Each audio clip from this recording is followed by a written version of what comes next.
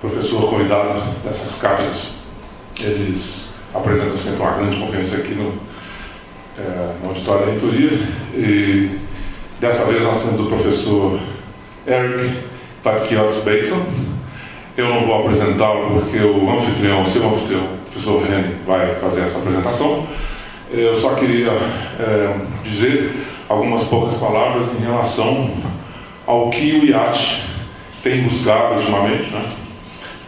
Primeiro, seria interessante a gente pontuar que essa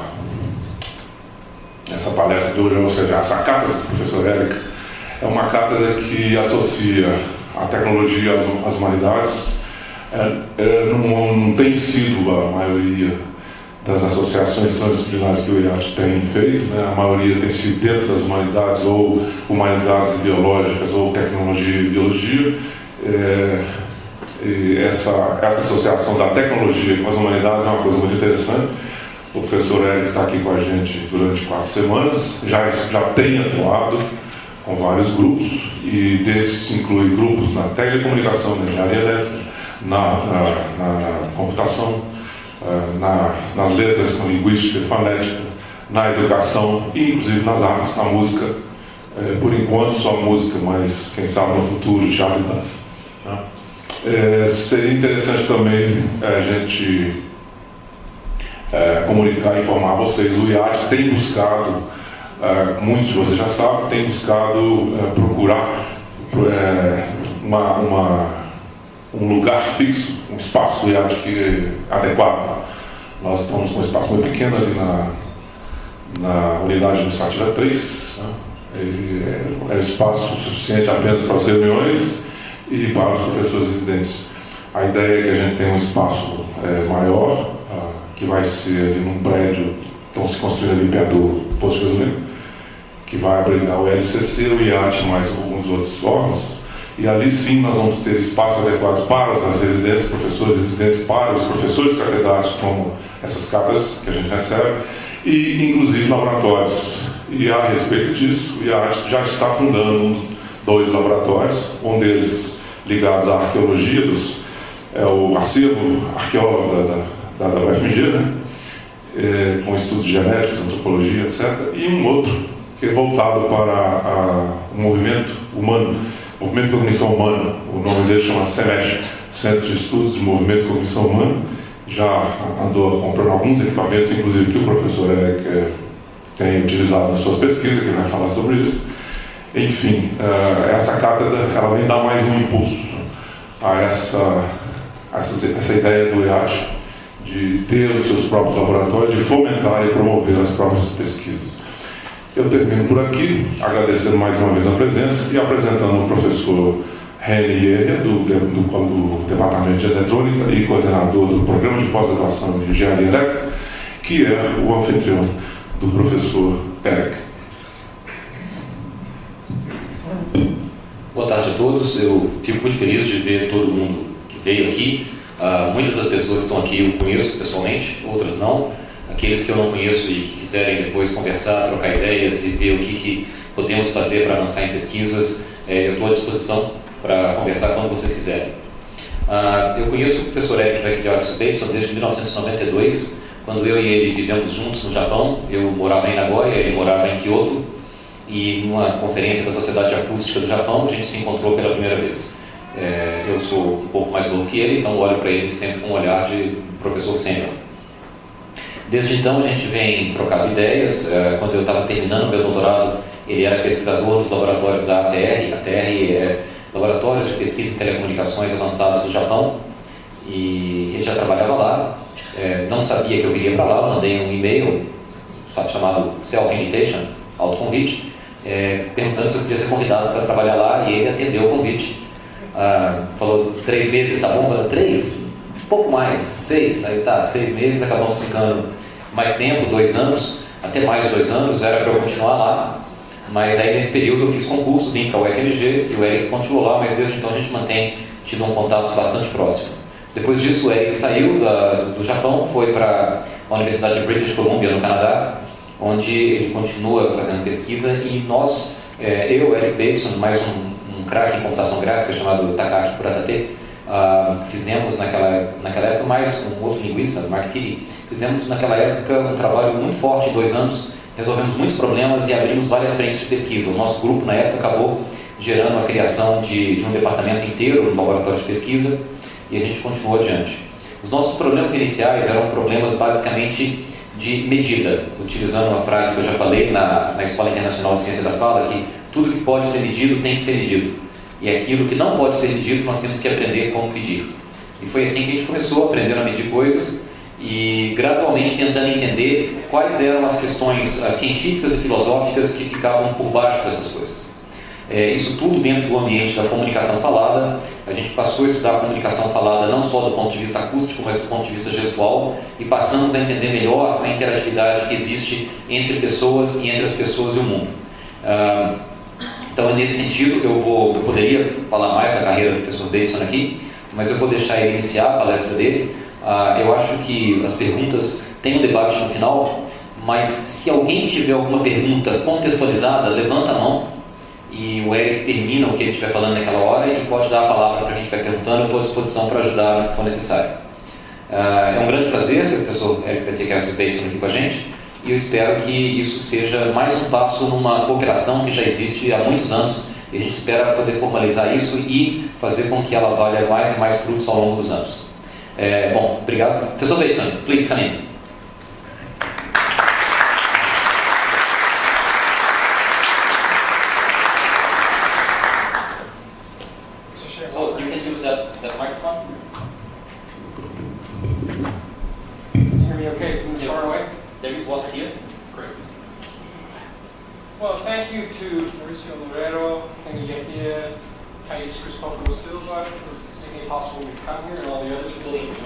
Helped out. I like coming to Brazil, and I like particularly being able to come for long enough to get over the jet lag, get used to the food again, and to get some work done. So this is a great pleasure for me. It's also a great pleasure to be able to talk to you in Portuguese. How's my Portuguese? Good? All right. The translator promises that he will improve everything I say. So I will do my best to give him the fuel he needs. All right. I'm doing something today that I've wanted to do for a long time, but have never had either the time or the opportunity or the pressure to force myself to sit down and do it. And that is to actually try to conceptualize some of the problems that have been rattling around in my world of research and in my thinking for quite a while.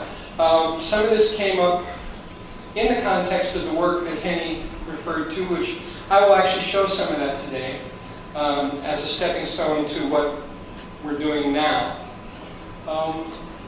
The goal is really, this is for me. I mean, it's nice if you get something out of it, but it's really good for me to try to make sense of these things. I'm looking for a conceptual framework,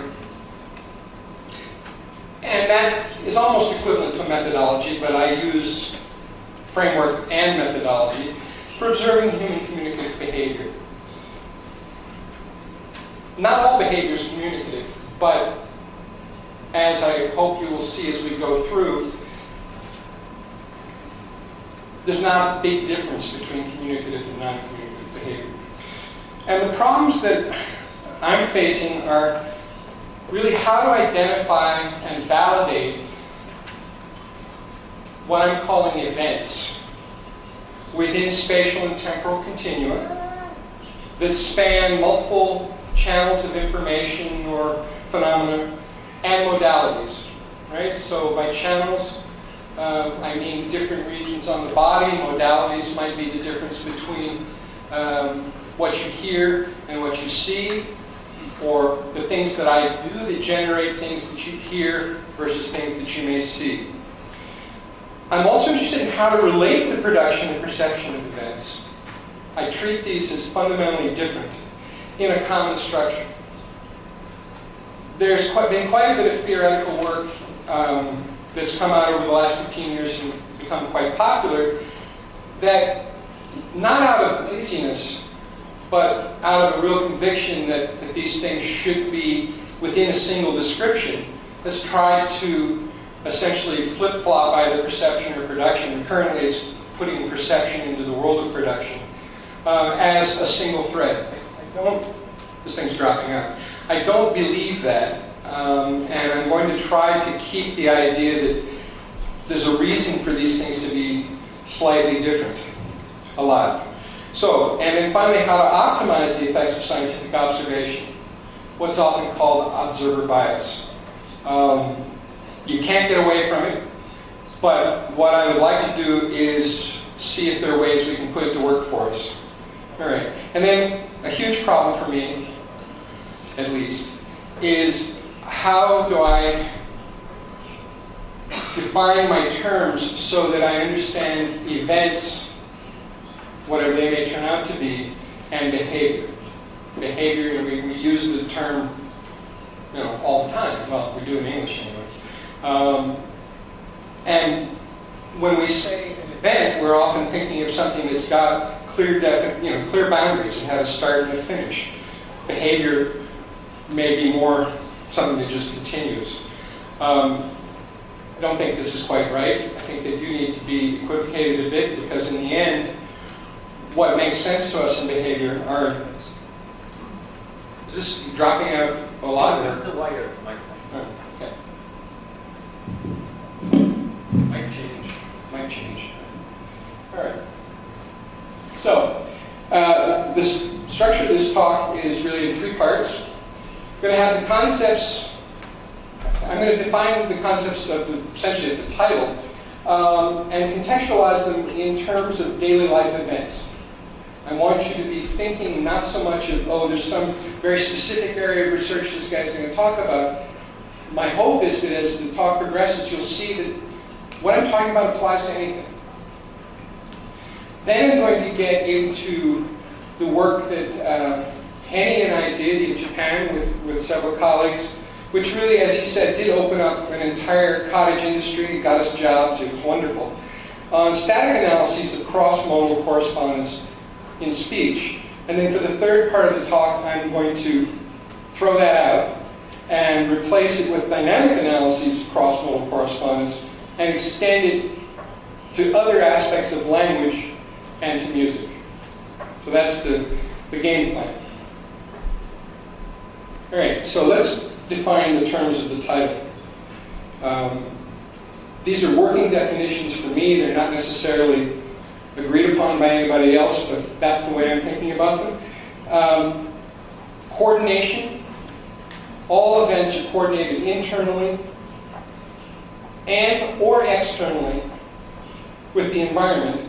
And then within the context of the environment, there may be coordination with specific events or with specific entities like other people. So I'm just lumping all that together.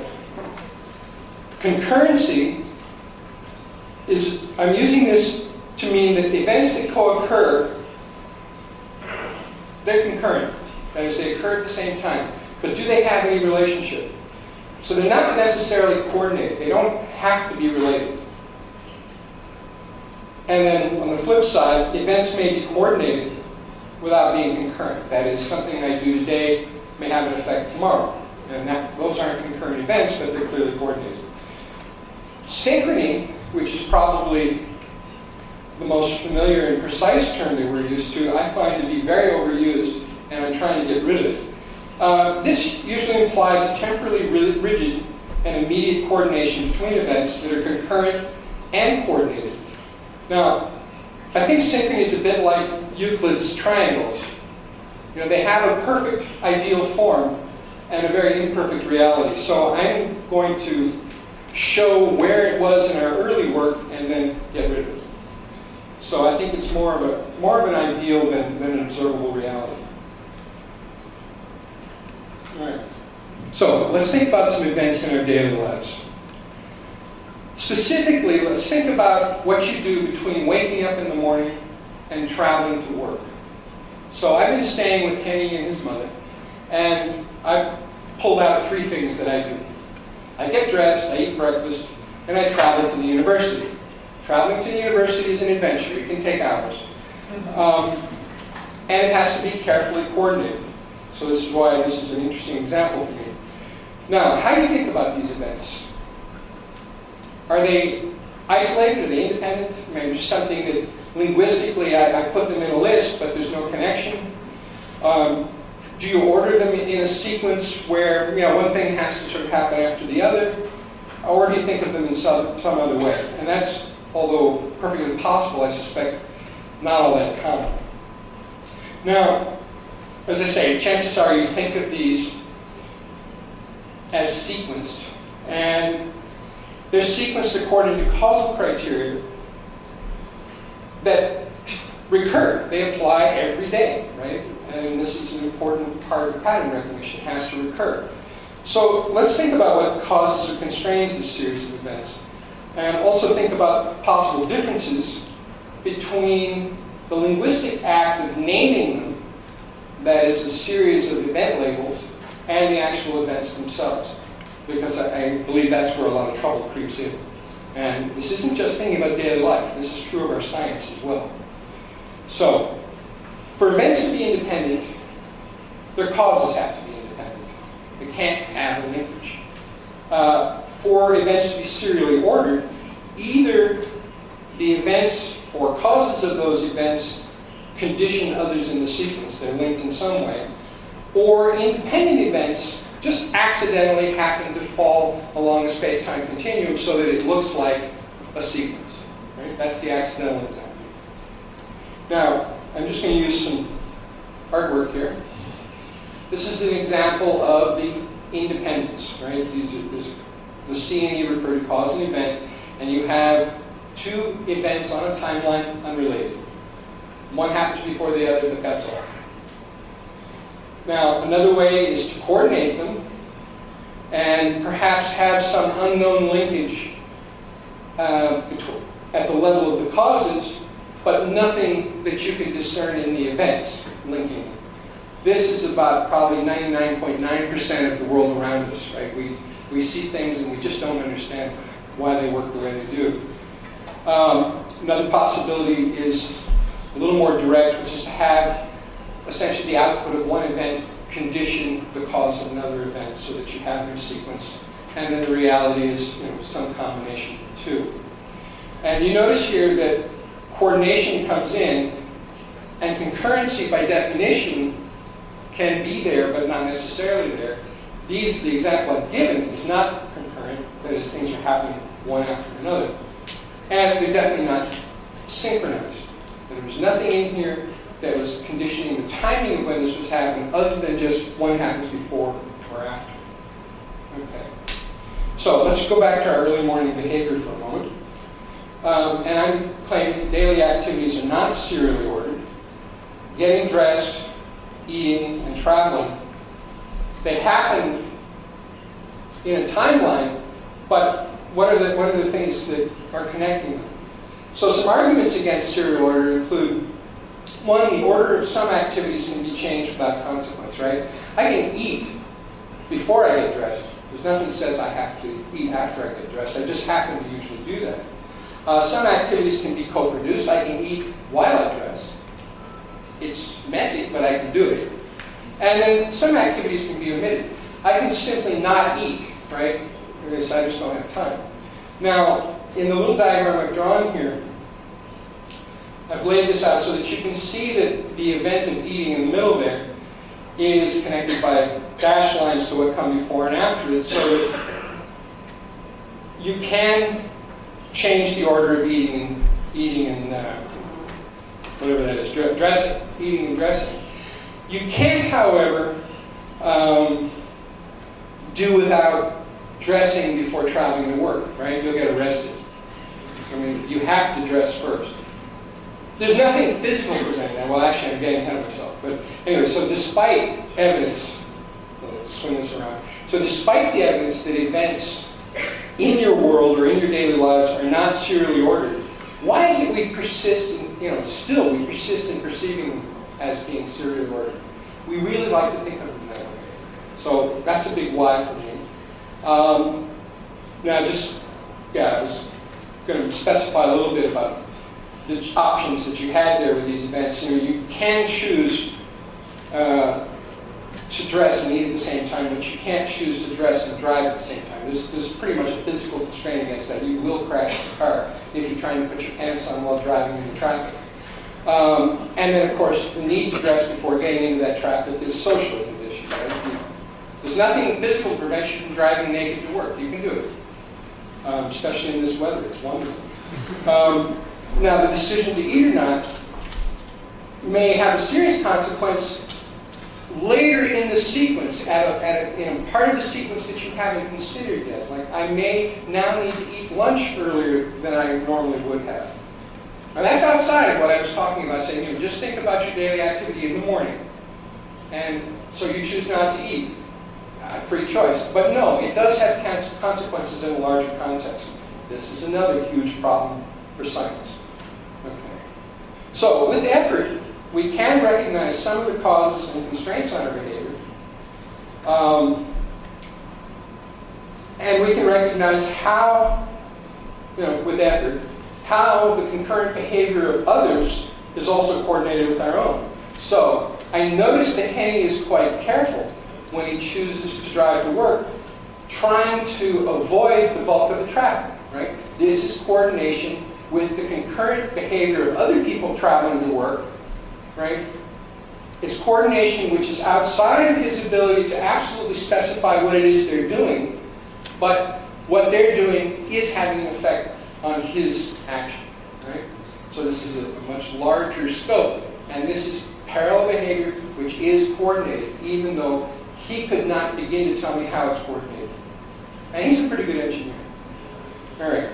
So, however, to do this requires a lot more attention to detail and quite a bit more sort of cognitive agility than most of us have. Right? So, next, sort of, this is almost the last conceptual thing, is perceiving and producing pattern behavior. I want to consider all events and behavior as inherently dynamic, despite the tendency to objectify them with our language. You know, I can say, what did you do? I went to work. Work is a place, right? But it's also an action. That is, the objectification of language does distort the phenomenal aspect of what we do. That is, the dynamism that's inherent even to seemingly fixed activities or fixed states is not really so. So recurring events are spatially and temporally similar. This is essential for pattern recognition and comprehension. Right? If it doesn't recur, you don't see it. You know, it's there and it's gone. Don't forget that your sensory world is ephemeral. It goes with time. It doesn't persist after the moment has passed. It's particularly true of things that you hear, things that you see even have some problems with persistence, even though you think they're persistent. Okay, although similar, event perception and production are not isomorphic. Right? That is to say, they're not one and the same. They don't map exactly onto this. And the example that I came up with, partly in honor of Mauricio, was imagine a musician who consistently plays sharp or flat relative to the other musicians around. Do you think this guy's actually intentionally playing differently than the others? That is, what he hears, or she hears, is probably exactly what they match up to what they do. That is, I hear the group playing this note. I'm playing that note. The group, however, says, no, you're sharp or you're flat. Right? This is large, you know, more than, it's most likely the result of a mismatch internally between the perception and production sides of this particular musician. Right? The group, of course, has the power of the group. And you know, the example I'm using is not that good because very few musicians become musicians if they consistently play sharp or flat, because the group just doesn't allow them in the club. All right. But if this is true, then we also need to consider that the space and time in which events occur may differ as well, right? That is, I may have a representational world that has its own spatio-temporal laws that are slightly different for perception and production. And if that's true, then it means that anything that occurs within those domains, that is the structure of events, will also necessarily differ for production and perception. All right. Now, this difference between production and perception ensures a flexible link between the domains. And if there's anything important in what I've said so far, this is probably it. The difference between perception and production is actually very, very useful. We normalize. In perception, we normalize. We hear fluctuations. In this room, with the speakers putting sound out from different distances from our ear, our auditory system has to be able to fuse the sound waves arriving at different times into one sound. Otherwise, it would just break apart. And if the delays are a little bit longer, we can't fuse that and we get confused, right? I mean, it's just a mess. Similarly, when I hear my wife Lori say the word car, and I hear Mauricio say the word car, which is, believe me, very different, I hear them as the same. I normalize, right? Now, the importance of normalizing within a domain, I think, is I think, fairly easy to grasp. But why you do that is because you have to be able to normalize across domains. Mauricio can't produce car the way she does, right? Let's say my wife is the target normal American English, and he can't do that. He speaks with a Brazilian accent.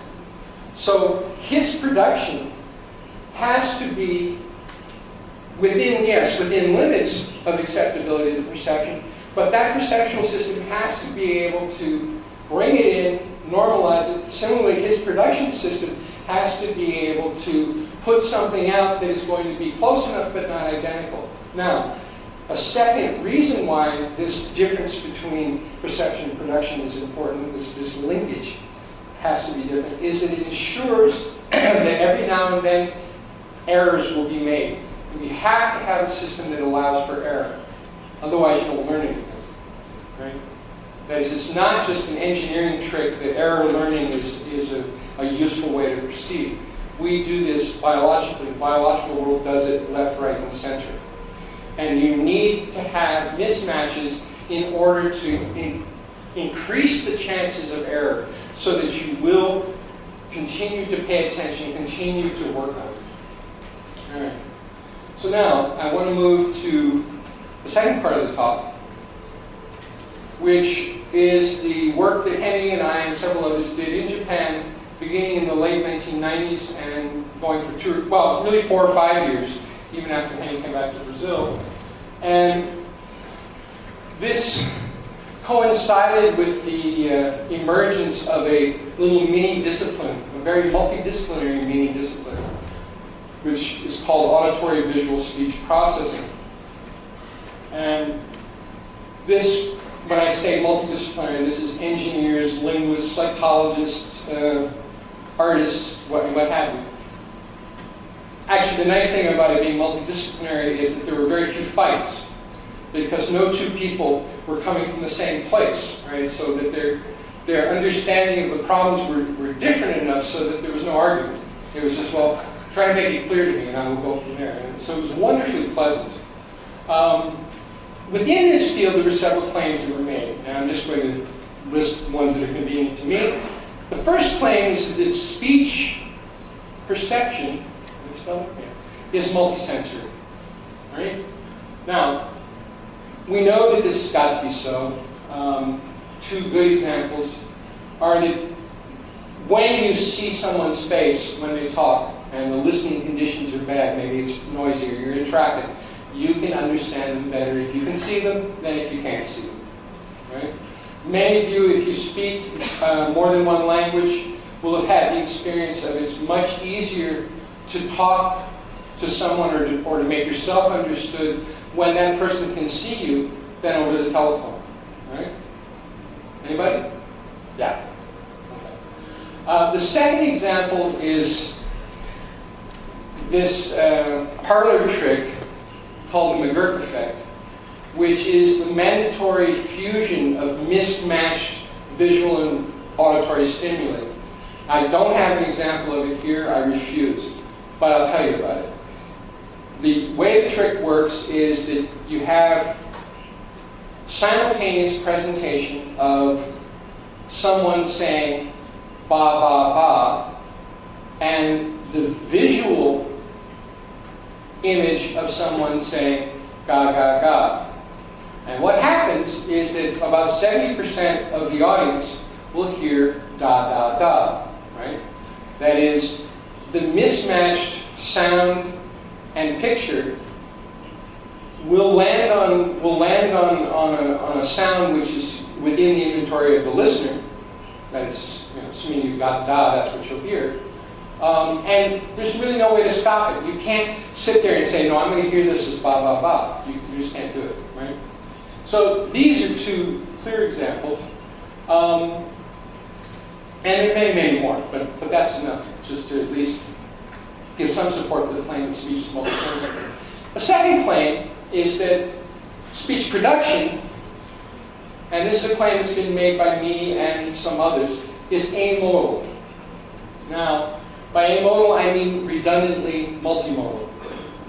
And I won't go into the details here. If anybody's interested in this, I'm happy to discuss it with them over the next couple of weeks. But what it merely means is that you have a system that's producing behavior that is distributed in various modalities.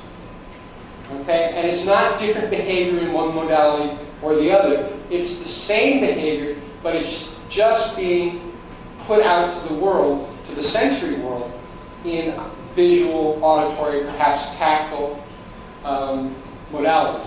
All right. So audible speech results from sound source excitation of a configurable variable resonator, the vocal tract. Now, since the vocal tract is actually covered by the face, you cannot move the vocal tract without deforming the face. Simple as that. So if I want to make a sound, and I want to make speech sounds, I have to move my vocal tract articulators. In doing so, I obligatorily must deform my face. Right? It's not a separate event. It's all part of the same thing. And this observation was what really sat underneath the work that Hanny and I did, was that we have the opportunity to look at the relationship between audible and visible events, knowing that we're getting the visible events for free and that they're connected to the audible events. So for us, the job was really an easy one. It was just, okay, let's find an analytic method that will connect them. We know the connection's got to be there. Okay? And that's what we did.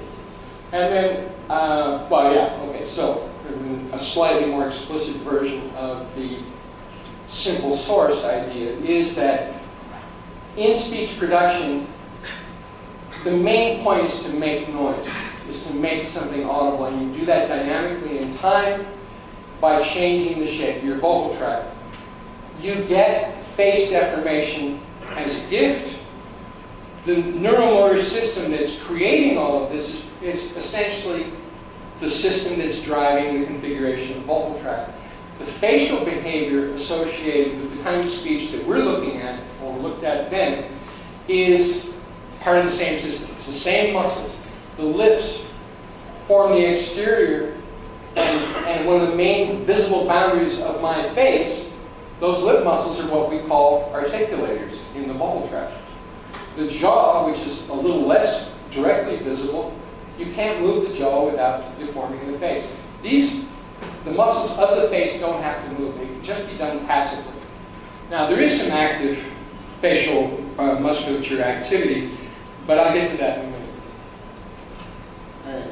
So the research procedure that we came up with was first to measure the correspondences between audible and visible aspects of speech production.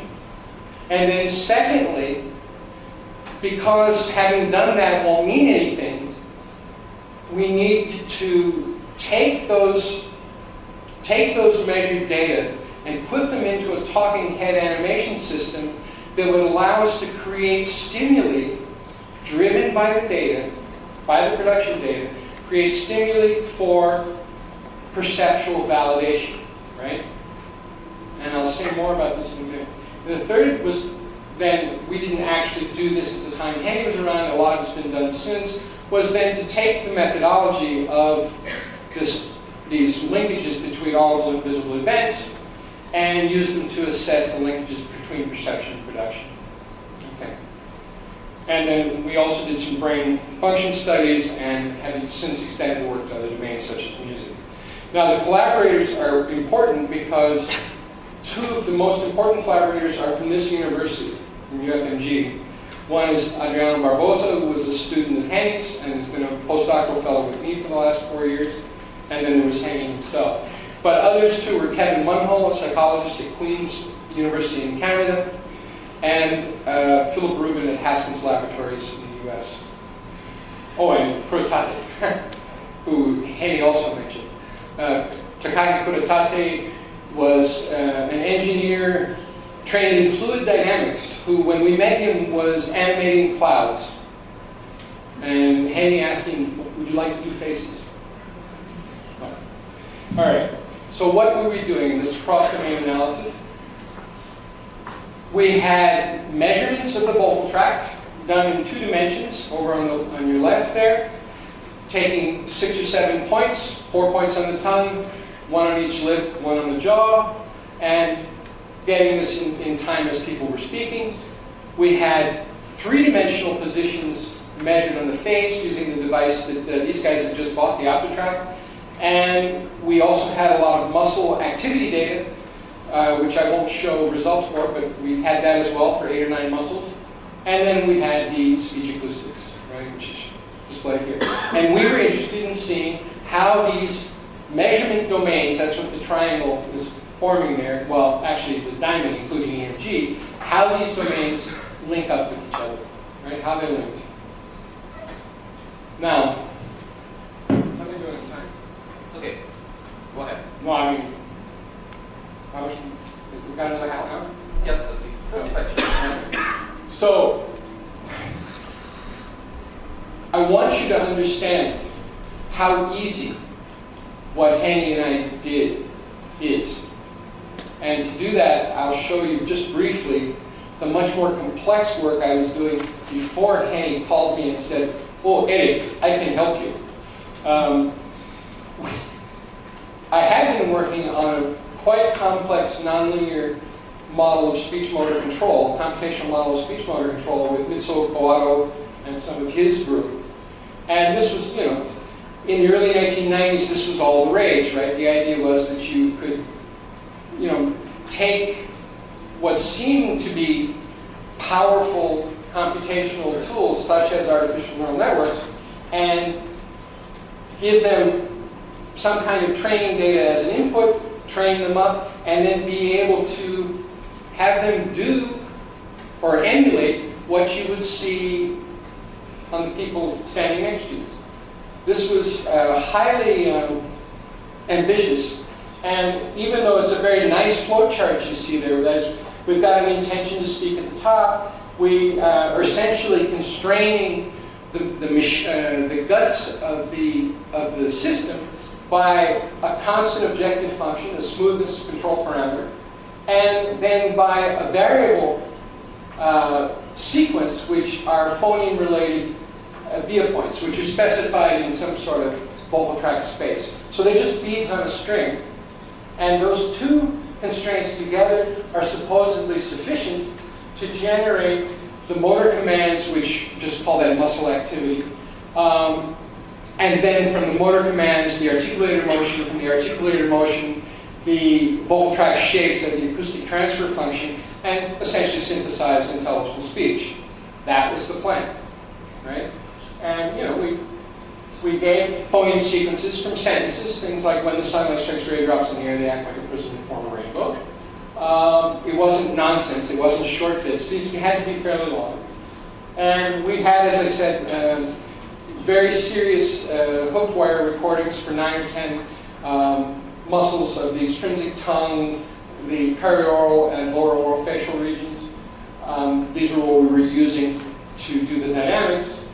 And similar articulator motion to what I just showed you in the chart just before this. You know, the yellow dots there are essentially approximate positions where there would be markers.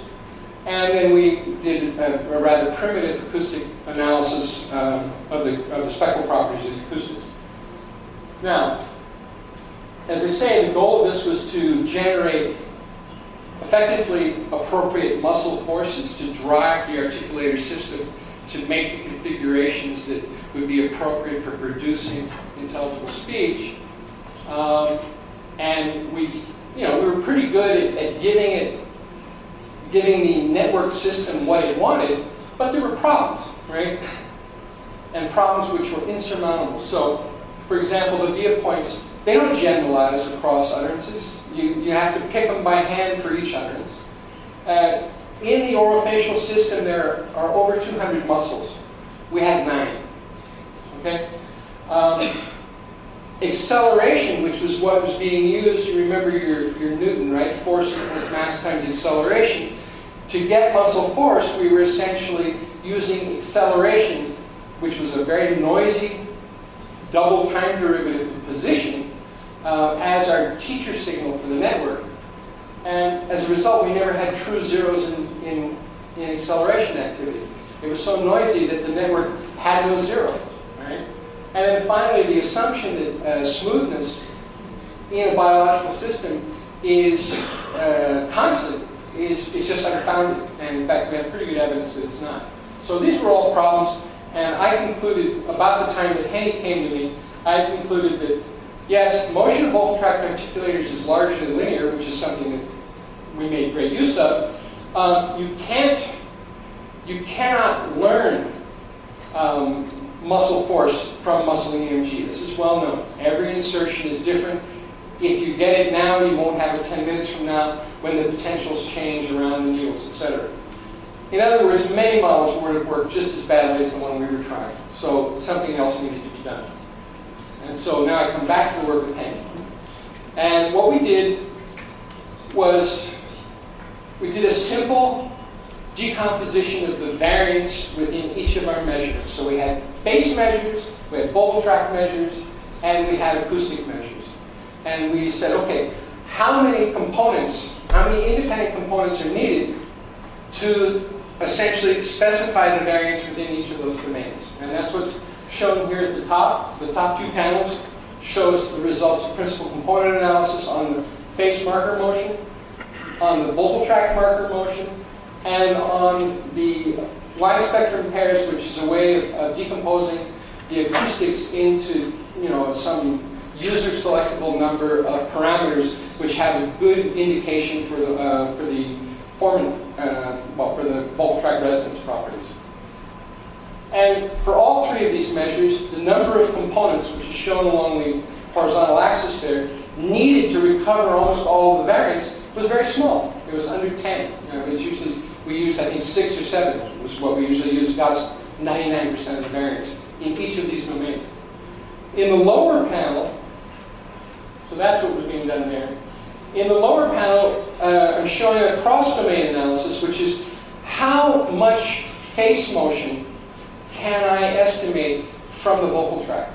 That is, if I just have the vocal tract information, how good a job can I do with that information of synthesizing face motion? And the answer is shown in this solid black line in the lower panel.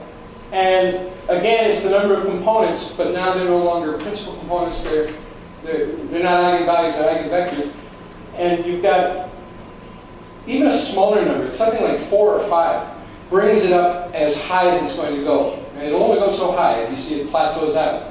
But basically 4 or 5, 6 components were all that were needed to get something like 90% of the face motion from just the measures of the vocal tract motion. Right? So this was a cross-domain estimation. The other direction wasn't as good. That is, to go from the face and predict the vocal tract, they could only do about 80%. And so, in this process, we learned a great deal about the directionality of the estimation. And it is important to remember that when you're producing speech, you're configuring a vocal tract which has consequences. Namely, it has acoustic consequences and it has phase deformation consequences. As an engineer, I might want to see how much inverse specification I can do, but it's not necessarily the right direction to go. So we weren't too worried about that. All right. Now, so from these basic studies, and I have to emphasize that they were static. So what we were doing was we were using a multilinear analysis to compute correlations within and across domains, to compute correlations that were averaged over an entire data span. They were averaged for the entire sentence we were using. So we had one value. It wasn't a value that was in any kind of fine detail, or this part of the sentence, things would be more tightly correlated later on, they'll be less correlated. It was one value for the whole thing. And it did pretty well, but it was very limited to just that domain. We couldn't apply it to other sentences, for example. And it wasn't any better than the overall average at specifying what's going on at any given moment in that sentence. So, as I said, they were sufficient to do forward inverse estimations between vocal tract and phase. They were good enough to do unilateral estimation from the acoustics to the phase. I have it written here, estimation of phase from acoustics. That is, the acoustics is a very rich signal, and yes, you could get a pretty good estimation of the phase from that. One very nice thing that we saw was that when we were doing the estimations of the acoustics, there was a very strong correspondence between the vocal tract articulation for the front part of the cavity and the acoustics corresponding to the front cavity acoustics in the 15 to 2500 hertz range. This is a nice physiological validation because that's where it should be. The markers were in the front of the mouth. If we'd been getting good acoustic recovery for the back of the mouth and not the front, I would have been very worried. Right. So, and then we took our basic linear system, evolved it slightly into a nonlinear system, and we were able to improve, for example, the estimation of phase motion from the acoustics to 95%, or even better if we kept our training and test sets the same. All right, and we were able to synthesize intelligible speech with this. So in conclusion, the integrated neurophysiology and biomechanics of the vocal tract and face ensure a highly correlated amodal speech behavior. It's nice, right? And then we did do further studies where we, for example, looked at muscle activity, forward estimation of face motion from muscles. Again, the inversion doesn't work. You cannot predict the EMG activity from the face. One of the simplest and in the end, most startling discoveries that we made was this strong correlation between the motion of the head and the pitch of the voice. Right? The fundamental frequency of the voice and the rigid body motion of the head are highly correlated. And if you think about this for, well, actually this is going to come back again and again, but if you think about this for a second, you should know this, right? That is, when you sing, try, if you go, I mean, your head tends to go up as your pitch goes up. It's very hard to sing with rising pitch as your head goes down. But this is interesting because it's not the same motor source, right? It's not like the vocal tract being part of the same system as the face. The head is actually different. It's really part of the postural control system. It's a different, I mean, its association with the voice is, if you will, negotiated, but it's not physically demanded. All right. Now, the nonlinear estimations that we looked at were effective only over short spans. I said that already. And what we found was when we tested them over larger spans of speech, as you go further out, the quality of the estimation converges on the linear. That is, you end up with nothing better than what you were getting with your linear estimation. So these things are very limited. Now, Penny, should I play this for you? Yeah, go ahead. All right. So, this is a demonstration that this is a demonstration of speech synthesized entirely from visible measures, right? So I'll play the original, especially since it's in English. And when the sunlight strikes raindrops in the air, they act like a prism and form a rainbow. Okay.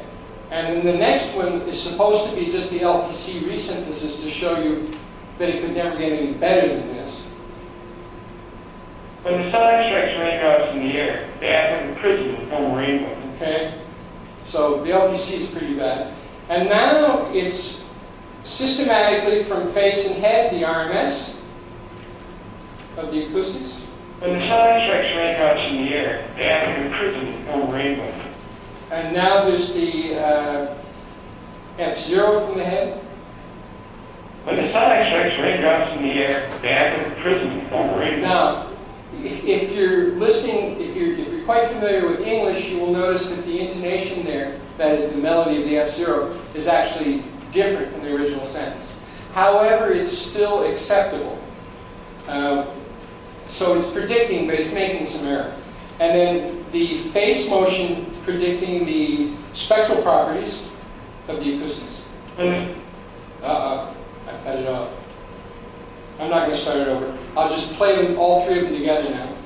So this is all the visible components. When the sunlight strikes raindrops in the air, they act like a prism and form a rainbow. Okay, so that's the sentence generated purely from visible coordinates. We never intended to make great synthesis. We wanted to just show that a lot of information could be recovered from visible measures, right? A lot of acoustic information.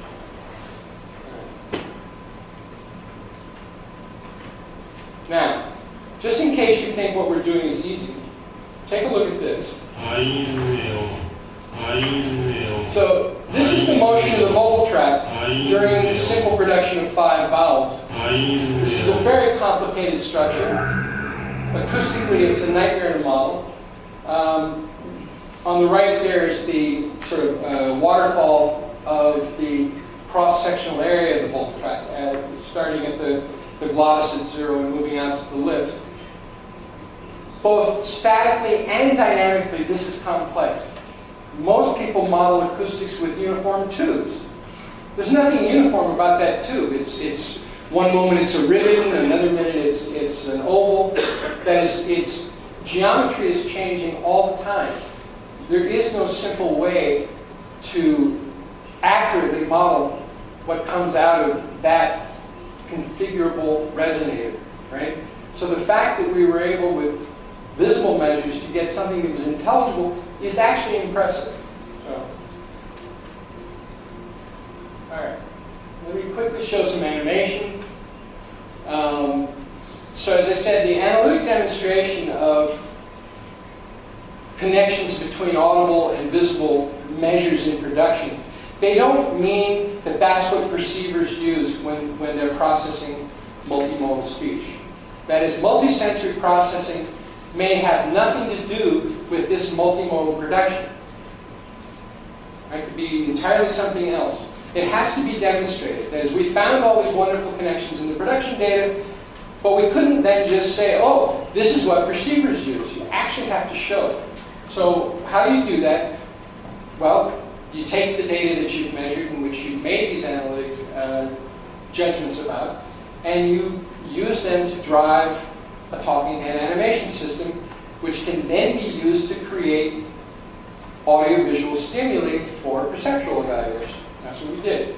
Now, our optimism for success on this came from the fact that I'd already shown in another study that linguistically relevant information was distributed all over the lower face. So the chances of what we were looking at analytically not having something to do with the perception was very low. I mean, we knew we were going to get something. And then later we validated another thing which I suggested in that earlier work, which is that the resolution requirements were not very high.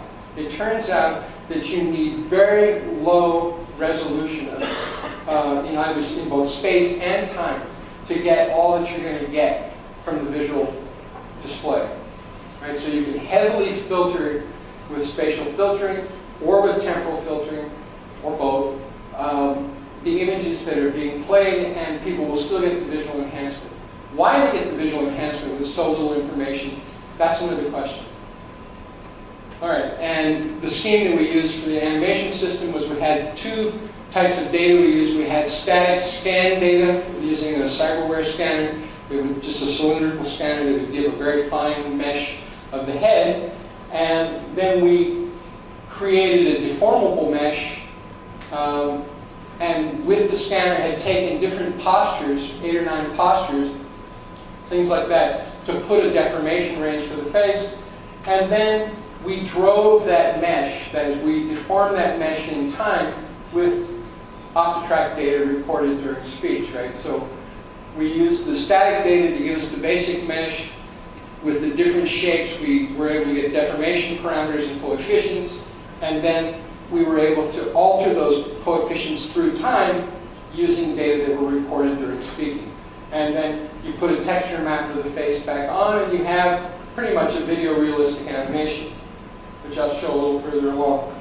Now, the validation of this system was really the classic demonstration of the enhancement effect of visual information during speech perception was done by Sunby and Pollock about more than 50 years ago, 55 years ago, 1954, where they had a subject either face the listener or face away, and they had a lot of noise going on in the room, and they showed that, sure enough, when the subject was facing the listener was able to understand really well. This is a replication of their results using talking head animations, that is, using animated sentences made with our system. And basically, the critical, is this point? Okay. Okay, so audio-visual, you're going to get 100%. You get 100% with audio alone, never mind audio-visual. So audio alone is this one, or audio only. Now, audio-visual in noise, so this is the critical one, this comparison. So here's audio only in masking noise, and the percentage correct is very low. You add the visual, it goes up. And then just for completeness, the visual only, that is without any sound, is pathetically bad. All right? Actually, it's a little bit better than I would have expected for this, but in the word identification, it's almost non-existent, right? So this shows that the talking head animation system is able to provide essentially the same results as natural faces, video recorded faces, what have you, when there's noise present. Okay? A second validation, which actually preceded that, but I'm putting it second for other purposes, was a test of the animation system when we were systematically removing or adding head movement and distorting the visible motion, right? So on the left is a comparison of, okay, this is the no video, right? This is audio only in noise, and we intentionally set the audio to give us about a 25% recovery in the audio only condition. And here is the face, right? It's a reliable increase just of face motion. But here's face and head over here. So it's got the head motion and the face motion. It puts it up even higher. Now, the one in between them is where we actually doubled the distance of motion. So we altered the kinematics, and that actually reduced intelligibility. That is, it's got to be right. And so here's the guy. 1996年にアトランタでオリンピックが開かれた。 That's Kurotate. He animated himself. He actually looks a little better than that, but all right. So the perception of these synthesized talking heads is clearly best when you've got as much natural information as possible. That is, natural face motion, natural head motion. Okay? All right. Now, feel like I'm running too slowly here, but the multiple,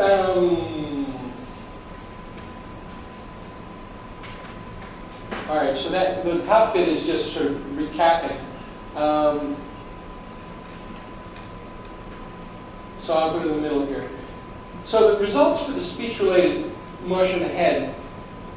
The thing about the head was the head is part of the postural control system, right? Postural control is a big, big problem, and we're an upright beast. And in order to keep our balance, we have this heavy, wobbly knob on the end of our curvy spine. And that knob is doing a lot of work to just sort of keep us from falling over. That's we're constantly swaying. And that's partly by the control of this system. So to recruit the head into the service of the speech system is clearly got to be a complicated process. And it's one that interests us a great deal. But its primary value in this research was that it showed us that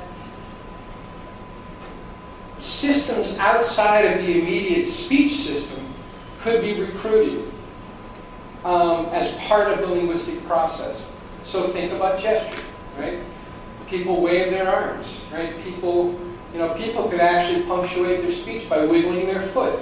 That is, it's not just in the words, and it's not just in the amodal information that we were looking at in the measures of the face and head. So this was our bridge to begin looking at gesture, right? That is, other parts of the physical system that have different primary functions, even like the head, can be pulled into the linguistic service when necessary, without taking it out of the service of the other system. That is, the head is still part of the postural system, even when it's part of the speech system. However, when you can push it, though, and some of the work I'm not going to show today is on vocal effort, when you get people producing maximum effort sound, what happens is it actually influences and degrades their postural control. That is, when you're pumping sound out at the top of your capacity, your balance becomes a lot less stable, in part because the head is rigidly removed from that normal dynamic postural control function. All right. And then a bunch of other studies related to the work Henny and I have done have come out since then from our collaborators and others. I'm not going to talk about those, though. I want to move to the third part of the talk, which is moving away from static measures. I mean, we got a lot out of static measures, but, we were only looking at one space-time constraint. We were looking at a range of values in our data of essentially connected sets of points connected by particular synchronic points. So as I move through time, I sample what my face does, what my voice does, and what my whatever else I was looking at, my vocal tract does, point by point by point by point. And then I pay no attention whatsoever to the ordering of those points, right? And back in the beginning, I was talking about being interested in events. Events have beginnings and ends. Events have structure. The way we did the analyses in the earlier work, we threw out all the structural information, right? We kept the variability aspect of it, but we didn't keep the order, right? Which is one of the reasons why I spent so much time in the serial order. So, it's all repeated at this point. All right. We learned nothing about temporal organization. And we learned nothing about the structure of the events that were giving rise to that information. So, how much better would it be if our correspondences actually included an analysis of the connectedness in space and time of events, which go into creating event structures, right? So to do this, Henny's former student, Adriano Barbosa, and I have developed it's correlation still, but now it's not a static correlation. It's a recurrent correlation. It's a recurrent calculation of instantaneous correlation. And the elegance of what Adriano's done, I'll wait for him to come to Brazil and really tell you about it, but the elegance of what he's done is that when we first started looking at this problem, it looked a lot more complicated. It turns out that it can be handled by a simple filter. And we've made two versions of that filter, a causal filter which just looks backward in time as it sets its decay function, and a non-causal one which looks both forward and backward, so that it takes into account the fact that in any given moment in a signal, what's happening is, yes, it's partly related to what's already happened, but it's also related to what's going to happen, right? And we also found a way to equivocate the cutoff frequencies of the two filters, because it turns out that within the range of application of the filters, there's a linear relation between the causal and non-causal filters. Outside of the range that we're using, it becomes nonlinear. But for our range, it's fine. And it's all math I'm going to show you. So here's a simple sample instantaneous correlation in one dimension using a sine and a cosine wave, right? Or sine wave with a quarter phase shift. And in the middle trace, I'm not sure how clear it is, but what you should be seeing is the original signal in black, I believe. No, sorry, the original signal is in red, and the filtered signal is the thin black line. And what you see there is a slight shift, slight asymmetry, due to the fact that the filter is just considering previous samples in determining the correlation at any given point. The non-causal filter in the bottom trace, the filter effect is symmetrical. That is, you get less on the leading edge, but you get a little bit on the trailing edge as well. So it's a symmetrical effect. Now, if only biology were as well behaved as sine and cosine, everything would be wonderful. But in fact, biology is never this well behaved. We have coordination between signals, yes, but they're always subject to temporal fluctuations. There's no such thing as a non-fluctuating biological signal, as far as I know. Maybe more than somebody might know one, but I don't. And another important feature is that signals are related perhaps with different offsets, right?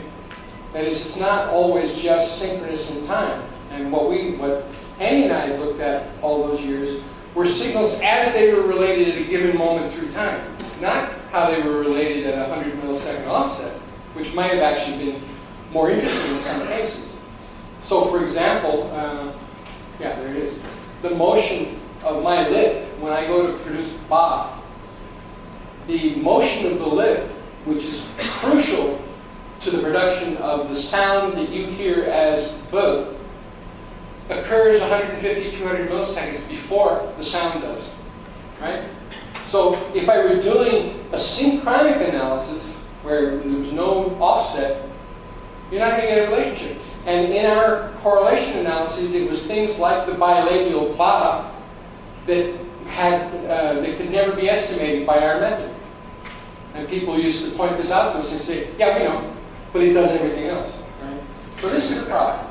So temporal fluctuations are they're important because in fact, language and music, and again, anything else that we do as a result of any kind of cognitive behavior, they really rely on being able to shift things around in time relative to each other. So we want to be able to do that too. So we've added a second dimension to the instantaneous correlation analysis to make a kind of two-dimensional correlation map, so that we have instantaneous correlation, but across a selectable range of offsets. You can do it as large or small as you want, and this way you can see if there's a pattern in the fluctuation. That as the correlation moves through, or as the behavior moves through time and space, there may be fluctuations in the correspondence, there may be fluctuations in the temporal relations of the correspondence, right? And yet the coordination might be continuous.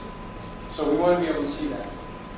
So here's the same sine cosine now put in the two-dimensional correlation visualization. And the dark or deep red, although it shows up as orange here, corresponds to a high positive correlation. And the deep blue corresponds to a high negative correlation. Now this is a bit of a problem if we're still trying to figure out how to do this in black and white for publication, but if you've got color, then this becomes a very useful map because you can see immediately what the pattern association is.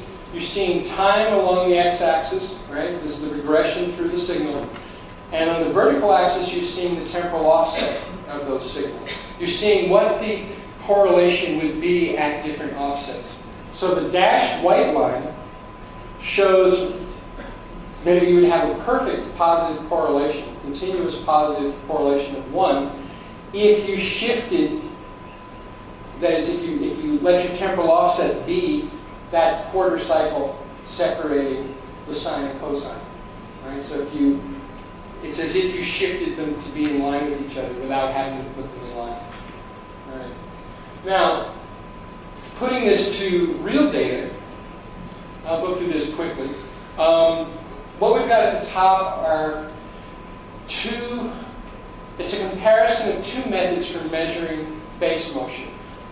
One method was with little dots on the face, and the other was using optical flow, where we just computed the optical flow through an image sequence and we summed up the values of all the pixel values for any given frame step into a single value. And similarly for the markers, at any given time step, we added all the marker values up into one value, and that's what gives you the two traces at the top. So that's summed marker motion and optical flow being compared. And then the instantaneous correlation that we're looking at in the middle traces for the causal filter and for the non-causal filter down below. And this is just to show you some of the characteristics of this. The causal filter, even when it's at more or less this, I think this one is correctly tuned, even when it's constrained, that is the filter cutoff frequencies are constrained to be the same, the causal filter is still quite a bit more fine-grained at a particular cutoff frequency.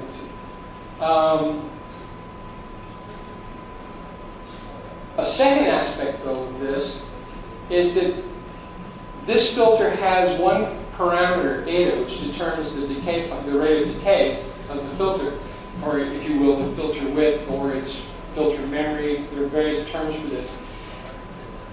What we can do, because this is so fast, is that we can look at our data, we can analyze our data, and by this I mean we're really visualizing it too. It's not just computing, we're visualizing. We can use these visualizations to ask different questions depending on how we set up the filters. So in the top frame, the filter is very wide, but it immediately answers the question that those two measurement techniques are in fact very tightly coordinated in time, right, in space and time. Because you get a high correlation, that's the deep red, at the zero offset, right? So you say, okay, they're synchronized and they're strongly correlated. If I make the filter a little more fine-grained, I begin to see that at any given point in time, there's not only the immediate correlation at zero offset, but there's also correlation with other cycles, right? So remember, this is a cyclic behavior. So something happening in this cycle is probably going to be related to something in this cycle, this cycle, this cycle. Well, this lowest trace shows that quite clearly, and you get this as an alternation of positive and negative correlations up and down the scale of temporal offsets, showing that there's a great deal of rhythmicity to the signal that you're looking at, because at any given moment, a part of the signal is correlated with other parts of the signal. Not just the one that you're immediately comparing, but it's a cyclic phenomenon. All right. So you get different stories with different filters. Okay.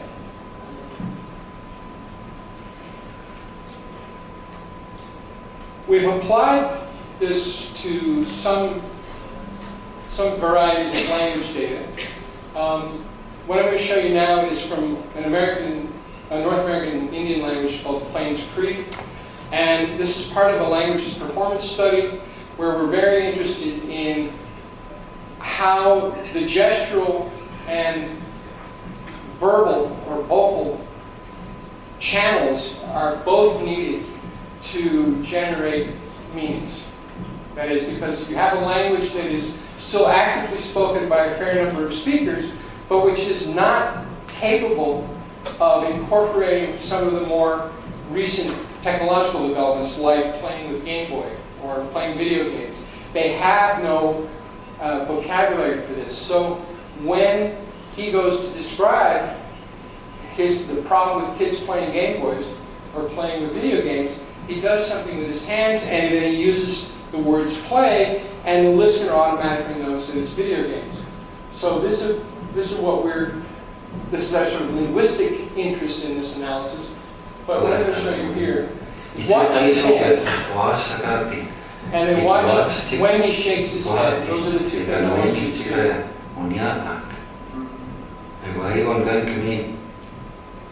Okay. And let's see how well our filter works. So on the left are the 3 time series signals for, I seem to have cut off some of that frame. Anyway, at the top is, I believe, RMS, amplitude of the acoustics. The middle is face motion, and the bottom is hand motion. All right, so those are just the hand and the face are done with optical flow. So you get a single summed value, point by point. And in the 3 panographs, initially I'm comparing the causal and the non-causal filter. And the thing to notice there is that the non-causal filter, because it's looking ahead as well as behind in time, it seems to pull things forward, right? But another thing it does is by the change in the color between that and that is it's richer, it's deeper red, is it's actually emphasizing positive correlation. And this seems to be a feature of this filter, which is helping us out a great deal. Now, one more thing to notice is the placement of this, it's offset from 0 by about 160, 170 milliseconds. That is, there's a high area of correspondence at a temporal offset of about 170 milliseconds. And then finally, the bottom is just meant to show you how useless a slightly more fine-grained version of the filter is, because you can't see any events in that. So you do have to tune your filter to the task. Now, remembering where this thing is, here we have at the top the one that you just saw, the face. That's the one you just saw. Here's the hands and the RMS.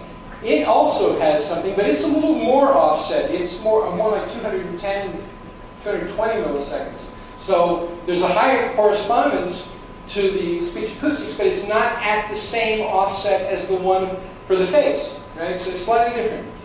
Now you look at the face and hands together, and you discover that, well, okay, they were at slightly different offsets, but they were still obviously related to one another, because now you have a strong correspondence at about a 20 to 30 millisecond offset in the other direction, which is to say the difference between those 2 offsets. All right? All right. And then at the same time, this, which seemed like a very promising correspondence here, is quite weak in the hands, and it's in a different place, and then it disappears entirely in the face and hands, and there's something emerging in a totally different part of the graph, right?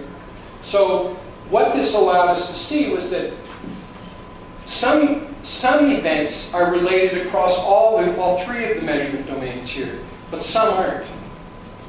And this visualization gives you a quick look at, oh, what's related to what. And then you go in and look at your numbers and see, and become more computational. All right. So another example now. I wanted you to look at the Plains Cree guy's hands, because when this one plays, it takes him a while to get going. But this is a speaker of Shona in Zimbabwe, about the same age as the other guy, but speaking an entirely different language. His hand gestures are almost identical. These two guys have almost the same set of nervous man hand gestures, right? So it's not language specific by any means, and yet both of them recruit their hand motion for linguistic purposes, right?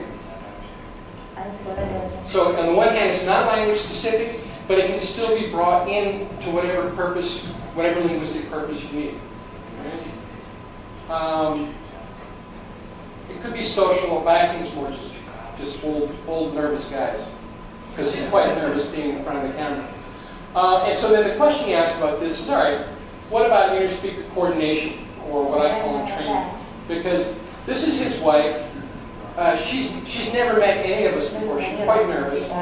But as this progresses, she becomes increasingly relaxed, but you immediately see that the way she moves and the way he moves are very different.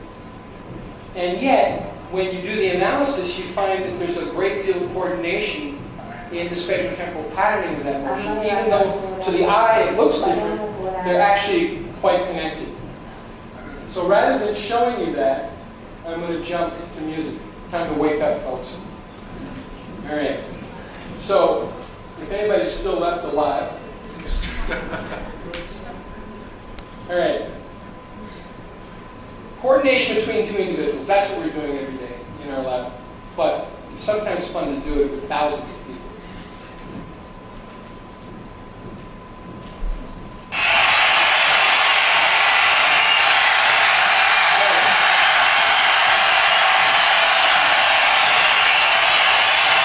You know this guy?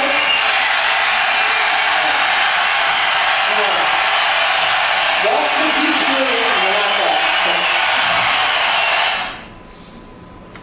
This guy was considered to be the master of crowd control in the 20th century, the greatest crowd controller of the 20th century. That's better than Hitler, right? Because Hitler had helpers, he had trainers. This guy did it on his own. And he specialized in large venues. What you're seeing here is 72,000 people at Wembley Stadium before they tore it down, right? This is the old Wembley, right? The old one. 72,000. The biggest group he ever did was 300,000. Where? Of course, in Germany. But what I want you to look at is what he does to essentially train this crowd to do exactly what he wants them to do.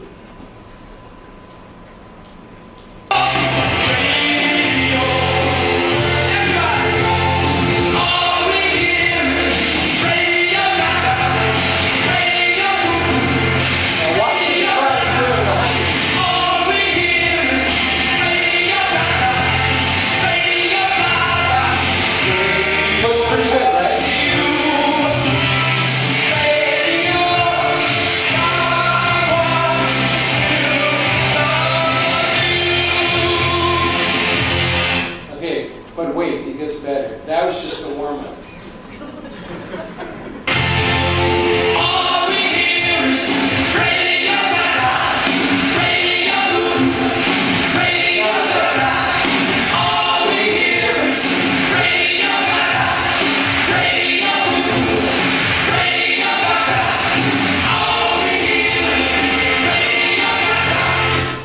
This is almost scary, okay? What he's done in the space of about a minute is not only tell them what he wants them to do, get them to do it, and then get them to get better at doing it, right? Okay. I'll show you the analysis in a minute. I want to show you, that was a visual example. And while you're thinking about that visual example, imagine how the people at the far back of the stadium were able to do the same movement that he was doing when arguably they couldn't see him, right? Or he was a tiny little speck. But yes, there were some monitors in the stadium, but by modern standards, they were tiny. They were like watching a 12-inch television from across the room. They were quite small. Just think about how the people in the back ended up doing exactly the same thing that everybody else was doing. Okay. Now, that was a visual example. This is an auditory guided example, right?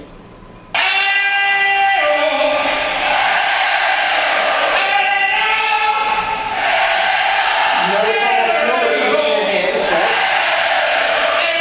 Few.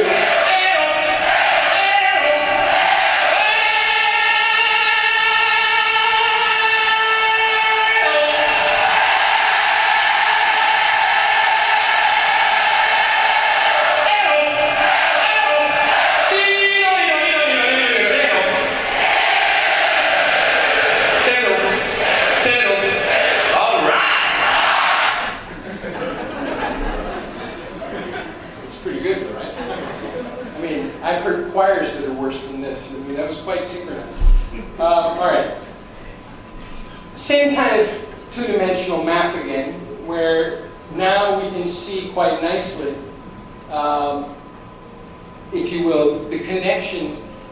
Those angled sets essentially correspond to phrases of, you know, where he's singing several things going, that sort of thing. And they're all connected, but so is the response, right? And you're getting, even in this one, because it's 5 seconds, you're getting actually the response of the audience within his correspondence. So, I mean, we should make this actually a little bit larger, but the idea is that this is another nice use of this 2D correspondence map, because we can look at things which are clearly displaced in time, because he's doing call and response. It's not like the visual one where he does this and they're all doing it at the same time as him. He's singing something, waiting while they sing it, right? But we can still do the correspondence analysis at that offset. And we don't have to hunt and peck. We can just include it in the general sweep of temporal offsets, and then we know exactly where it is. And if it's fluctuating through time, we can see that as well. So that was... Oh, I'll show you quickly how we analyze this. How many time is it? Oh, 15 minutes. Well, should I stop or? No, 15 minutes. Okay. It's 4. It's okay. All right.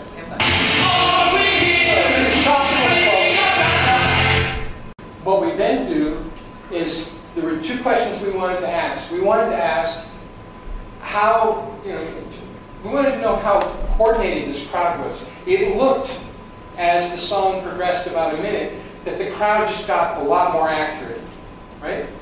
And so one way to do that is just to divide the crowd in half and compare the 2 sides to each other, right? So we did that. And this is in fact what we get. And what you're seeing up here are the summed optical flow values for the 2 sides, left and right. And then this actually, because there is no temporal offset here, it's at 0, we took the one-dimensional instantaneous correlation at the 0 line. And because it does show you nicely by numbers that throughout this entire piece, the correspondence never got below about 0.87. Right? And this is early on. This is when it wasn't looking so good.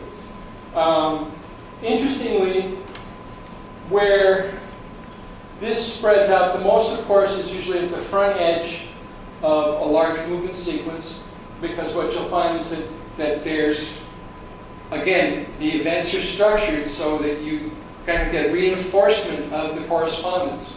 And that's what's giving this temporal offset here. Then once it gets to its peak, it's very tight. It's just right, it's just within that short range. Now, I want you to remember this, and we'll compare it now, okay, to here, because he was in the middle, and the other thing we wanted to look at was their coordination to him, which I'm not going to show you. It turns out I forgot to bring the slide. So I'm just going to show you more right and left, but at a later part of the song, when at least impressionistically, it seemed like they were much closer, much better coordinated. And sure enough, here, the correspondence never goes below, what is that, 0.93 or something like that, right? it is tighter. And look at how deeply dark that red line is at 0. I mean, that's another indicator of just how tightly coordinated this was. Okay, and then at the end, again, we do this type, and we find that it's starting to fall off. It's basically back to where it was at the beginning. And what's interesting about this is that how long can you sustain this kind of coordinated behavior? What happens? Do you get tired? Do you get bored? Do you become physically incapable of, how long can you tap your hand to a rhythm before you start to wander, right? And think about it for a minute. How long is the usual popular song on the radio? 3 minutes, right? That's where this was, 3 minutes. And so I'm thinking Freddie Mercury was actually a genius at this sort of thing. And he certainly knew that it was time in this performance to cut this off because the song ends immediately after this, right? So it's pretty clever. All right. So just to summarize coordination, we're really done now. Think about how concepts of coordination, concurrency, and synchrony apply to interactions between performer and audience and within an audience, right? I asked you to think how the people in the back during the visual synchronization got synchronized, right? It's not perception is not simple here. I mean, the guys in the front, the people, where you're sitting now, if I'm up here doing this, you can see what I'm doing and you can copy me, you can follow me, you can shadow my behavior. But the people, 69,000 people further back, right, way back in the area where your nose bleeds, it's so high, back there, they can't get very detailed information from watching Freddie Mercury. So where are they getting it? Well, in fact, the phenomenon is propagating through the crowd, and in the end, you just get it from the people around you. Right? Everybody else is doing it. Right? So, and I think this is actually a good, I don't want to call it a metaphor, it's a good example, actually, of the complexity of perception and behavior. It's never sort of it's not a monofilament. It doesn't, you don't draw on a box chart, here's perception, and you just draw a little line, right? It's actually incorporated in very different ways at very different levels, right? And this example of the crowd coordination, I think, shows that as well as anything. Okay. And then finally, one of the key things about the Freddie Mercury story is that the crowd, they came into that stadium knowing every bit of his music. They knew the music cold, right? That is, he would not have been able to get them trained up so quickly if they didn't know the music. Granted, the music is not complicated. It doesn't take a long time to learn. But in fact, they are coming in, they know it, they're able to anticipate, right? So all they need is a little bit of guidance, and then they're there, right? They're not playing from behind. They're right there on the beat, right? They know exactly what's happening. Okay. Now, my question, because I really don't understand this, is why do people pay money to go to places like this and submit themselves to this kind of control? And now, I don't know if we still have time for this, but we have in music is sort of the last bastion of acceptable fascism, right? Because musicians enthusiastically submit themselves to this kind of control because there's a great payoff, which is art, right? They agree to play as precisely as they can and play with other people as precisely as they can, following the directives, not of Freddie Mercury, but of some usually dead German composer, right? Saying, okay, I want you to do this, I want you to do this, I want you to do this, and you three guys do this, and when you do it right, you transport it, right? It's an artistic, it's a real experience, right? Which wasn't there in any one of the pieces. It only emerges, it's emergent, it's a fusion that occurs when it happens, right? So back to the question of event structures, okay, I've been talking to you as if events, you know, might actually be in what I'm looking at. They are, but only insofar as I can get enough of a grasp around them, right? If I'm just picking at them piecemeal, then I lose it, right? So in all the years I was doing speech production work, we were constantly playing it, and I know Jim feels the same way. You know, I'm looking at something going on in the vocal tract, and I've got a measure of this. But I know I need to be measuring these 4 other things too, but I can't. And so you're constantly tempering your interpretation and the experience of what's happening by your incapacity to grasp it all together. And I think this is why we're so interested in studying, in doing these studies in music, because music has made a serious, not only art, but a discipline of taking series, putting them together, picking them apart, having the musicians do it day after day. You know, they practice for hours and hours. I mean, they take themselves to this sort of Olympic training level of skill to do something that, you know, you can't possibly see in normal society, right? Because the analog is Henny and I driving to work. Imagine a planner in Belo Horizonte giving everybody a schedule of when they can leave the house in the car to optimize the reduction of traffic congestion. They would rebel. They'd say, no, this is not living in this kind of state. Musicians do it all the time. So anyway, I think I should stop, right? You want to play? Yeah. Okay, we have one more treat for you. Just No, we got anybody left? Yeah, very bad. All right. So you don't have to believe me. You can see it for yourself.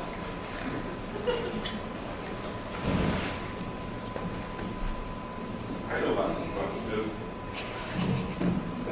Enthusiastic control, coordination, recurrence, and syncing. That's you. Vai, tô no fundo. aqui.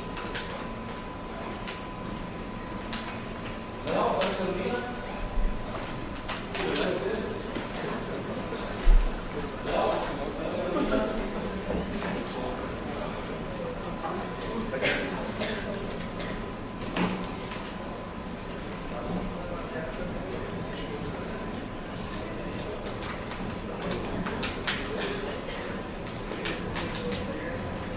Bom, gente, essa é a grande vantagem de ter um diretor do IEAT, que além de diretor do IEAT e pesquisador do nosso grupo de pesquisa, também é um excelente clarinetista e tem alunos que são excelentes clarinetistas também.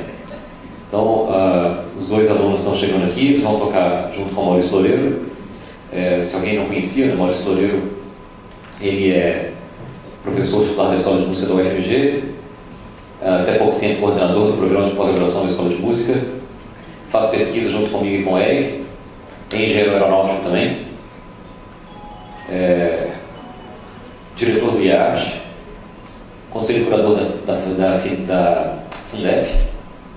Tem mais um monte de coisa que eu posso falar do Maurício aqui. Vai tocar um concerto de Mozart, dia 8 de novembro, Palácio das Artes. Palácio das Artes, que horas? 11 horas. 11 da manhã? Domingo. Domingo, 11 horas da manhã, 8 de novembro, concerto, Mozart, Palácio das Artes, Maurício Loureiro, Orquestra Filarmônica? Não, A pequena. Uhum. Então, está todo mundo convidado, eu vou estar lá, espero que vocês também possam aproveitar. Estão vindo, já chamei. Bom, então, Leonardo com um clarone enorme, e Ana Carolina. O que nós vamos tocar, Maurício? Nós vamos tocar um trilho de Mozart. Trilho de Mozart. Tá, fala aqui, senhor.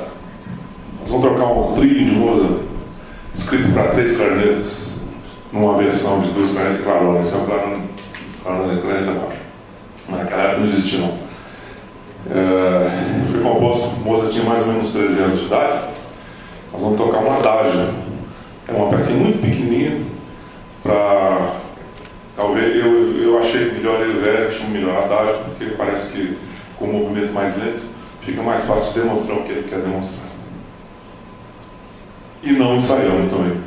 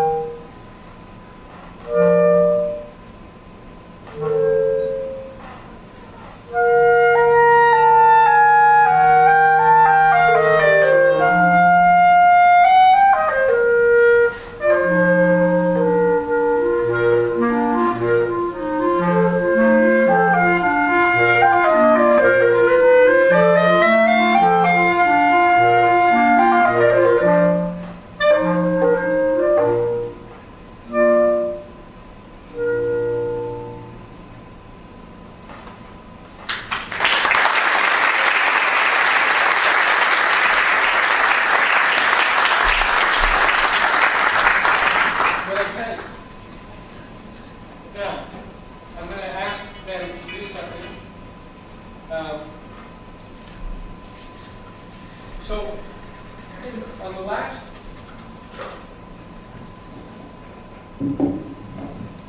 on the last page of their piece, and we're just talking about these last two, right? The last two sections? The last two steps? The last two steps, yeah. Okay. Okay. What I'm going to ask them to do is actually each clarinet play their part of these last two staffs alone, so that you just hear the series for that player. Each order. From the bottom one? I don't care what you do. You choose. I don't care. I don't care. You choose. I choose? Yeah, you choose. Second clarinet. Okay, second clarinet first. And then after each one is done alone, I'm going to have them play it together again, just that last bit. All right?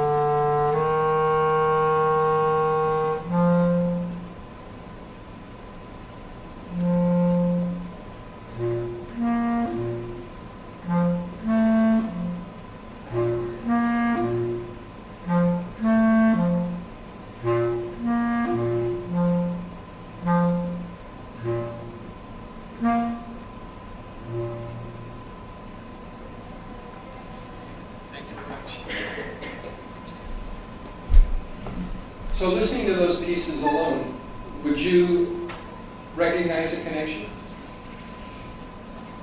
Do they sound like that? You would. Okay. That is, to my ear, which is not all that sophisticated, I hear at least two of them as very forlorn and without any of this sort of happiness that I hear when the three are played together. And the poor bass clarinet, it sounds like he's singing a different song entirely, right? I don't recognize any connection. But then when the three are played together, which you're going to do now, right? Okay. Right?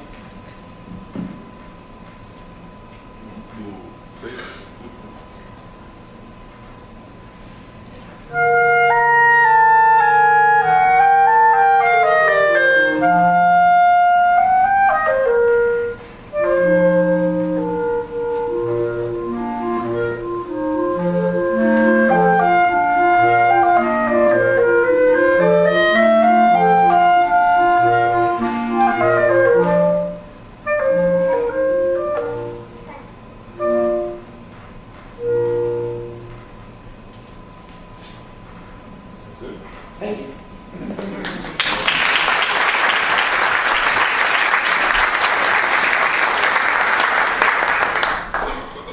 I mean, am I the only one that finds it difficult to put those individual pieces together? No. Am I the only one? No. Okay. So, I mean, the point is very simple. Each part has a well-defined, it's rhythmically and serially well-defined pattern of notes to play. When they're played alone, they may or may not sound painful to your ear, but they certainly don't necessarily sound like they belong together. I mean, I wouldn't hear one and then hear another and hear another and go, those all should go together and sound like this.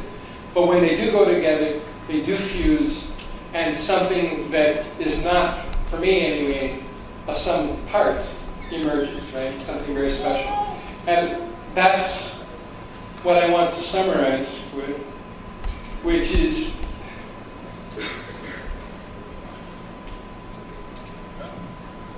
maybe I didn't put it on the summary.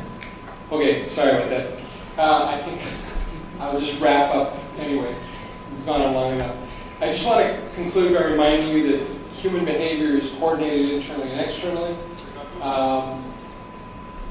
Interaction between and among people, whether it's meant to be communicative or not, is extraordinarily coordinated. Right? It's impossible, in fact, in any of the research we've ever done, to find non-coordination. Basic entrainment between people interacting is there at all times. And if you add the cognitive dimension to that, of course, you see other forms of entrainment as well. You certainly see this linguistically as people share mannerisms of speaking, they share vocabulary, they share syntactic structures, etc. It's not just visible behavior, but it's actually the communicative content as well. Now, what we hope to be doing in the future is demonstrate that whatever the actual subject matter of the investigation is, patterns of coordination are pretty much similar. Not uniform, but similar.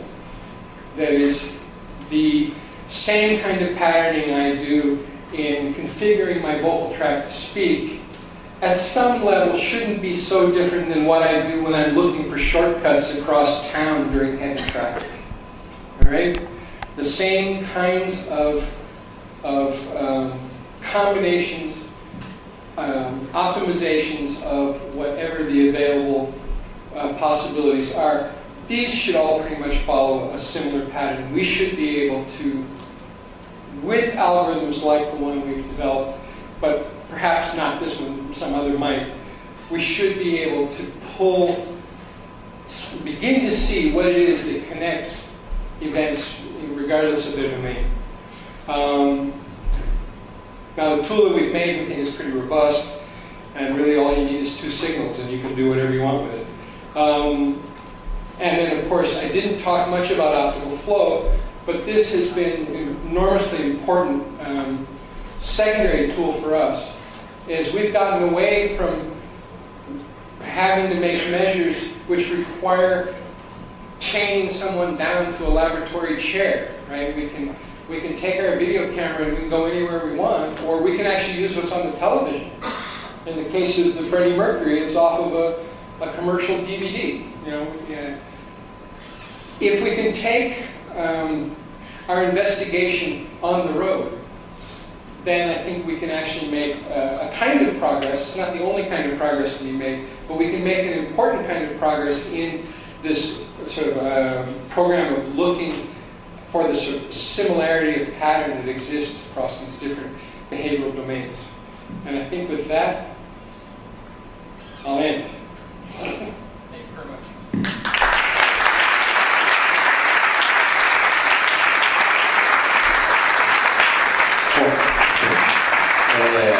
A palestra se estendeu além do que a gente esperava, mas eu não ia cortar no meio, estava interessante. Nós temos tempo para perguntas. Quem precisar ir embora, pode ir embora, não tem problema nenhum. Tem um microfone sem fio aqui, que o Thiago se prontificou a levar para quem precisar. Obrigado, Thiago, pelo oferecimento. Então, quem quiser fazer as perguntas, pode fazer as perguntas. A gente está à disposição aqui. Pode fazer em português. O Charles Bacon, que está ali em cima fazendo a tradução, vai traduzir para o inglês para o Eric poder entender. Bom, perguntas? Tem uma pergunta do Thiago lá do outro lado.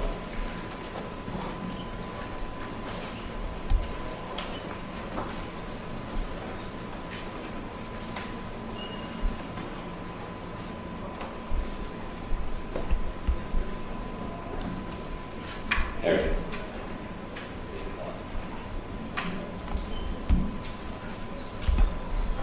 I'm going to ask in English.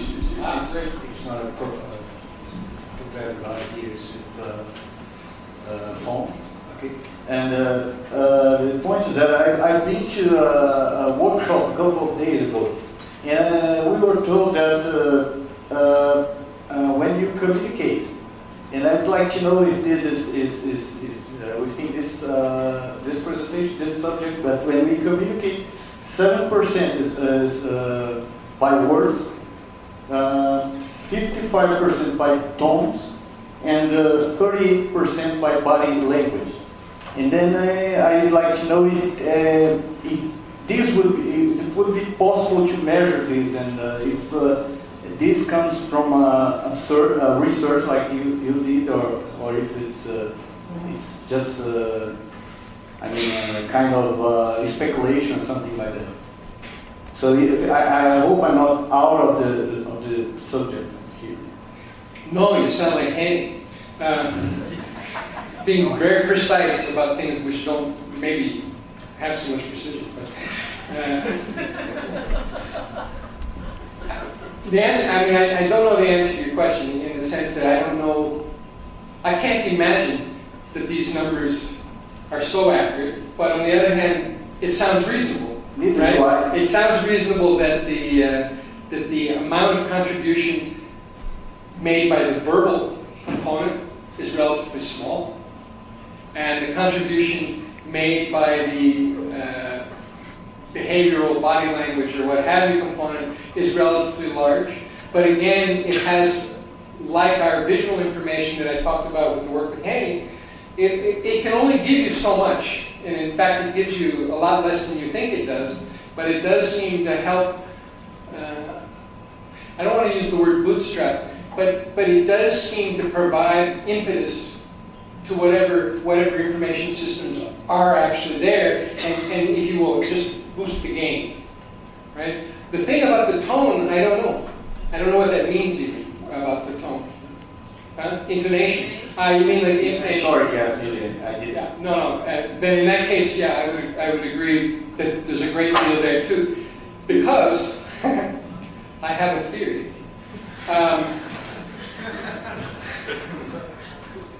Actually, we don't listen to what we say, right? I don't listen to what you say, you don't listen to what I say. And most of the time when we talk, it's just sort of reaffirming that we have some relationship, right? So we can have a dinner party and talk all night, and if you ask me the next day, oh, what did we talk about? No idea. I didn't learn anything, right? And neither did you, but we had a good time. And to take that one step further, I think it's extremely likely that now I'll use a percentage. 75% of what we say is template driven. That is, it's overlearned. You know, I'll tell the same story 15, 20 times within the 2 weeks of some event, right? Every person I run into, I'll tell them essentially the same thing, right? She tells the same stories for years. But this isn't trivial. I mean, that is, you rehearse and you have a lot of this, it's not word for word tape playback, but it is largely unmonitored, right? It just comes out. It's similar to the Freddie Mercury story. Why am I pointing at Scobie? But it's similar to the Freddie Mercury story of the musicians, of the audience goes into the musical venue knowing the music already. That is, communication doesn't seem to occur as well when the information is new, right?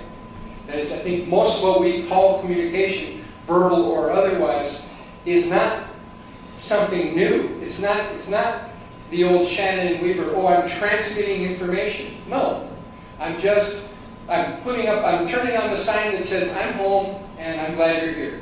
Right? So in that respect, probably these numbers are reliable. I would be curious to know how they came up with these numbers, though. Yeah, I was just wondering the same. That's why I asked you. I don't know. Yeah, when I was told about this. Okay. Thank you very much. I don't know the answer. Yeah, okay. Thank you very much. More questions? Well, either the one that is anything or... Ou ninguém entendeu nada, ou todo mundo entendeu tudo. Não, se não tiver questões, o Eric vai estar aqui durante mais 2 semanas, até agora. Quem quiser procurá-lo pode... o telefone do laboratório é 3409-4937, 4937 extensão. Quem quiser mandar e-mail, pode mandar e-mail para mim também e descobrir como entrar em contato. A programação da visita do Eric está disponível na página do IEAT. Está disponível? Então, a programação da visita do Eric está disponível na página do IEAT. Ele deve ficar aqui até o dia 16 de outubro, mas não deixe para a última hora. Eu agradeço a presença de todo mundo e espero que a gente possa se ver. Para quem tiver interesse na área e não tiver, a gente está tendo a Semana Internacional de Ciência da Fala no Auditório da Letras. Amanhã e depois de amanhã a gente tem palestras ainda, amanhã de manhã e de tarde e na sexta-feira só de manhã. Obrigado a todo mundo, até a próxima.